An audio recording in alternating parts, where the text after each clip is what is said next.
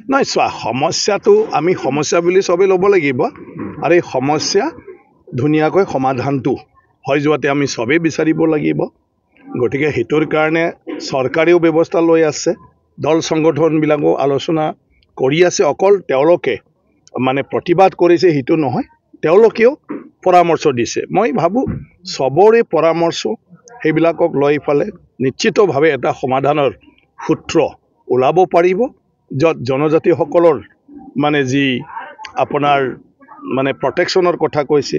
সুযোগ সুবিধাবিলাক যি আছে সেইবোৰ বাহাল থকাৰ কথা কৈছে নিশ্চয় সেইখিনি ব্যৱস্থাও হ'ব আৰু নতুন জনজাতিসকলৰ যদি মানে কৰিব পৰা যায় নিয়মমতে তেওঁলোকে নিশ্চয় মানে যি প্ৰয়োজনীয়তা আছে আৰু তেওঁলোকে জনজাতি হিচাপে যিখিনি প্ৰাপ্য সেইখিনি নিশ্চিতভাৱে চৰকাৰে সেইখিনিও কৰি দিব পাৰিব গতিকে মই ভাবোঁ সেইকাৰণে এটাই আনটোক আমি দোষাৰোপ কৰি থাকিব নালাগে এই সমস্যা সমাধান চৰকাৰৰ দ্বাৰাই হ'ব কাৰণ সেইটো চৰকাৰী স্বীকৃতি জনজাতিৰ স্বীকৃতি হ'ল চৰকাৰী স্বীকৃতি সেইটো সাংবিধানিক স্বীকৃতি আৰু সেইটো চৰকাৰে কৰিব তাৰ কাৰণে প্ৰক্ৰিয়া আছে আমি প্ৰক্ৰিয়াটো অলপ চবে